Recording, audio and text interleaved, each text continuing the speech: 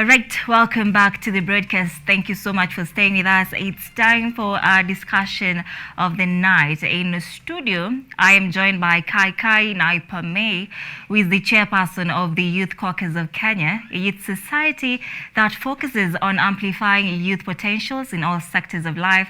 She equally leads the Forgotten Miles Initiative, which is an initiative that aims to make a positive impact in the society through provision of green energy and many more things. We'll get into that later on. She's literally breaking glass ceiling at such a young age, if you ask me. Welcome to Studio Naipamei. Thank you very much. We're so glad to have you here. I'm honored to be here. So just tell us, I would really love to know who is Naipamei Kaikai.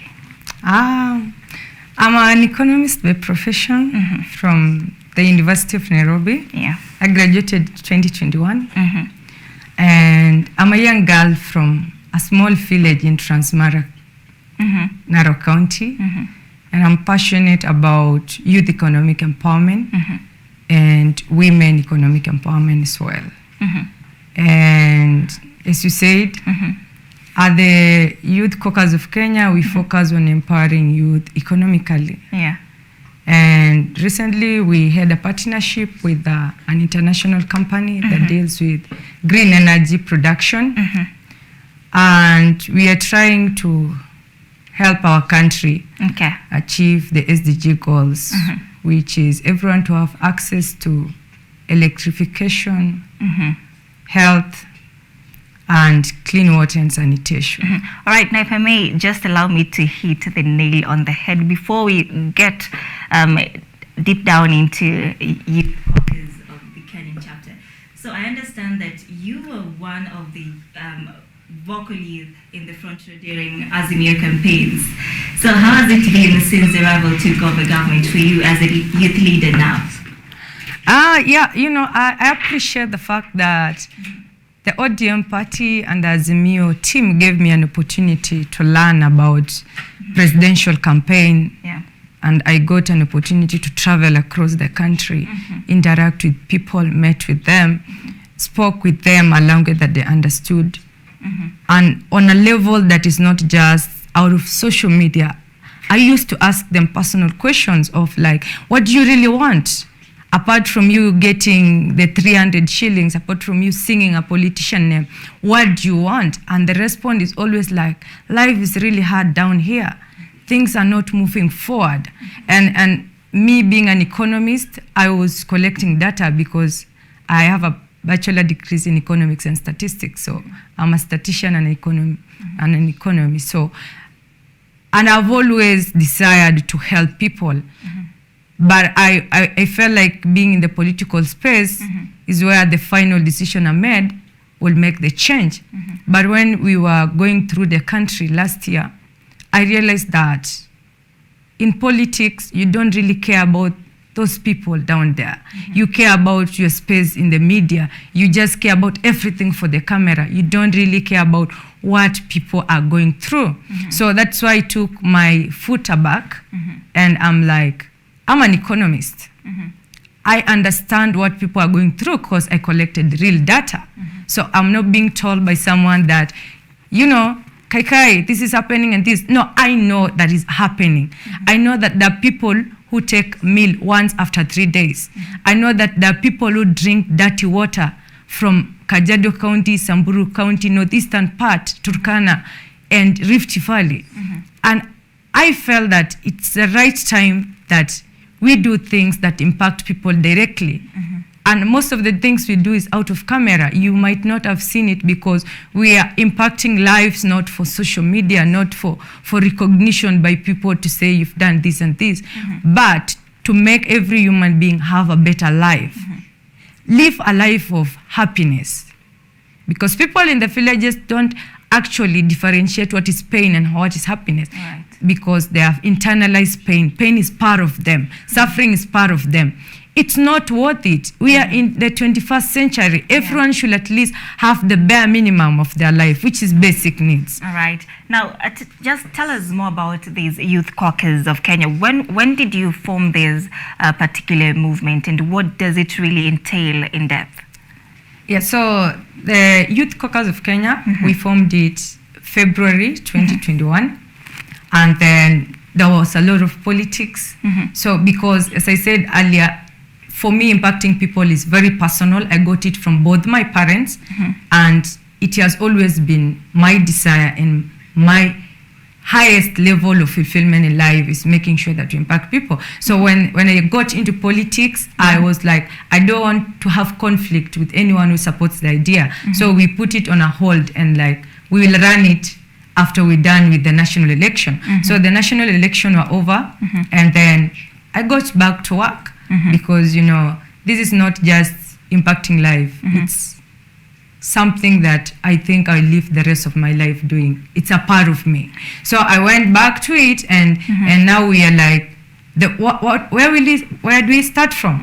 We start from making sure that we create an environment that the young people and women get employment, or they get a source of income, some wages. So the starting point was, we have to strategize and negotiate with both private and government sector, because without the goodwill of the business community and the leadership, you cannot move forward even if you have the most amazing dream. So the first step was, we have to have conversations. So the new government was formed, the leadership were elected, and others were appointed, and of course, even the opposition had their own leaders in space. So we started the conversation, talking to all the networks we had. Some were like, I'm sorry to say this, but most politicians are like, if I give youth an opportunity, all of them to get, let's say, $3 per day, that's around 450. If every young person is going to get 450 every day, there won't be no one going out shouting their name. So they don't like the idea, because I'm taking their power out of their hands. So they will always be like, you know, can we talk sometime about this?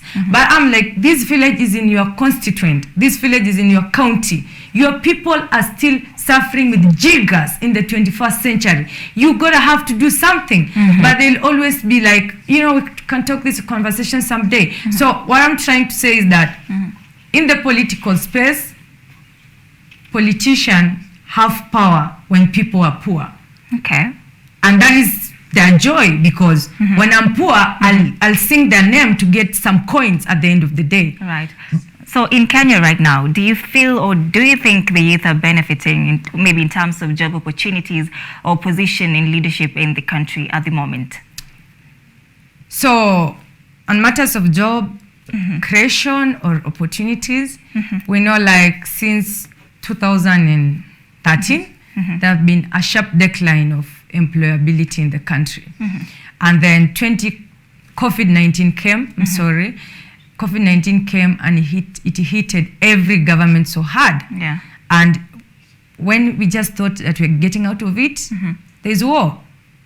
And the war affects us directly. That's the point that Kenyans need to understand. The war in Ukraine affects us directly because, number one, we import petrol, which is used in production of basic goods like cooking oil, the maize flour, wheat flour, everything else. So as long as the cost of petrol is high, it also leads to the cost of electricity to be high. At the end of the day, when you combine the two things, the production cost goes high. That's why we have high prices at the end of the day. And that's why that war is crucial to us. In as much as we are ignoring and say, this country and this country is doing this, even the UK are struggling. Because Russia have refused to, you know, supply the petrol to them right now. And it was the biggest, you know, Ukraine is the biggest producer of wheat. There's war. They're not producing. My friend in England says to me yesterday, he goes to supermarket, there's no food. And then you guys think Kenya were worst. Yes, people are dying, but at least when you go to the market, there's food. There are places people have money, but they don't have food. So what I'm trying to say is that Kenyans should be reasonable. Don't just follow the flow of politics just because someone is saying this is happening and this. And then again, there's a channel of channeling things to come to an end if you want them to. A good example, the National Parliament is made to make sure that anything the Mwananchi feel like it's not okay, they go and put a motion in parliament, and then they come to a conclusion and say this is the result. So let me get back to the Azimio thing. In parliament, we have so many members of parliament who are under Azimio. The best thing, in my opinion, is that they would have gone and set up a motion and said, this is what we want this is what we want the law to pass.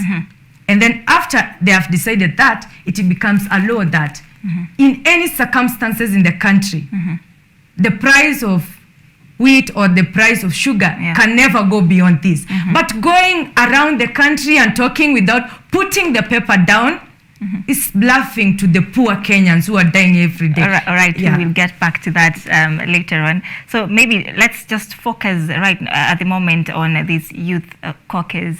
As the chairperson, what do you foresee for this movement as the chairperson? So we have a target of, in 3 years, we believe that we will have employed around 200,000 youth across the country. Okay. Because as I said earlier, we are working with partnership in both sectors. Okay. So at this point, we are focusing on every investor who want to invest in Kenya. We get to have a conversation with them and tell them the importance of giving the youth the first priority when they set up their industry, from the construction to the setup of a farm up to the point at which they're doing processing. And in doing so, it means those people who didn't complete school, they'll get a source of income during construction season. And when the farm is set up, when they're employing professionals, those professionals will get a source of income. And eventually, the rate of unemployment goes down. Another side that we're looking on is seed funding. We're focusing on seeing that there are investors who want to invest on ideas and innovative ideas. We have brilliant youth in Kenya. We have brilliant youth under the Youth Caucus of Kenya. And the only thing they lack is the starting capital. So we're also looking at that side and say, like, look, these are the youth who have these brilliant ideas that has never been done, but it will help Kenya achieve its SDG goal, Vision 2030. It will help Africa achieve its African Union goal, 2063. And eventually, it will make Africa as a continent, an independent continent. So we are looking at all loopholes that actually, you know what? The government should have been doing this exactly. But, you know, we have to do it, and then the government will find us along the way. So that is why we have a belief that we can be able to employ our own, like 200,000 in the next 3 years. And then from there, because as I said, there'll be those who will be running their own businesses. They'll also observe others. So eventually we'll have almost 500,000 youth getting employed in 3 years' time. That will be the biggest employment, more than a member of parliament who is earning 1.5 million every month. Now, you are also the founder of Forgotten Miles Initiative. What do you intend to achieve with it? So the Forgotten Mile Initiative tell us more about it, by the way. So the Forgotten Mile Initiative is an initiative that is under a company called Foresee Global. It's a US-based company that deals with provision of green energy, which provide electrification in rural areas. It also deals with purification of water. The water that we collect, let me use a good example. I'm from Maasai land. Most of our waters are very red. So you collect the water, you put it on your bucket, and then we provide you with the purification machine. It will just purify, and then you just tap the tap, and you get clean water. And it also deals with healthcare wellness. So the target that we have under the Forgotten Mile Initiative is, number one, we train villagers to know how to make the organic solar panels. We are so used with Germany panels, which are made with a lot of things which destroy the environment. But this time, we are looking at these panels are made out of waste products. They're going to conserve the environment. And then the best thing is that our own people will learn the technology. So when it goes bad, someone just in the village whom we have trained will just come and fix it. So you won't go waste of your money, and also you will use it at the long run, we can use it that we can be the manufacturing site. Okay. Like in the villages, we have manufacturing site for the same organic panels, so that we export to the rest of the markets, because the product is already in so many countries. Okay. But in Africa, Kenya is the first place. So how do you source funding for this initiative? Yeah, so as I told you, like, we are in partnership with a company. So the company is investing in us. Yeah. But we're also looking for partnership with the counties where those villages are. Because those people deserve a better life. And actually, there's a budgeting that every Kenyan should at least have access to clean water and sanitation, access to electrification. So that is part of the government plan. We are just helping them achieve it. So apart from the company helping us, we're also looking for the government, the county government, the constituency level government, the ward level government to invest on their people. Because when you look at the treasury plan for the year 2022-2027, when you look the details, they've written such things, but they're usually just the end on paper. Where does the money go? So that is where we're coming in and like, this money should do the work it's intended to do at this point. Because for 10 years, there's devolution. People are still living in their poverty. It's so absurd. Okay, amazing, amazing. So a question of interest, Naipamei, do you have political ambitions? I see you lead powerful organizations at such a young age. At this point, I don't. I have 10 years to decide that. Okay. So at this point, my focus is to make sure that a population of 17.9 Kenyans who are living below $1 every day get to live above that. Okay, do you see maybe about that? Do you see a future for Azimio in 2027?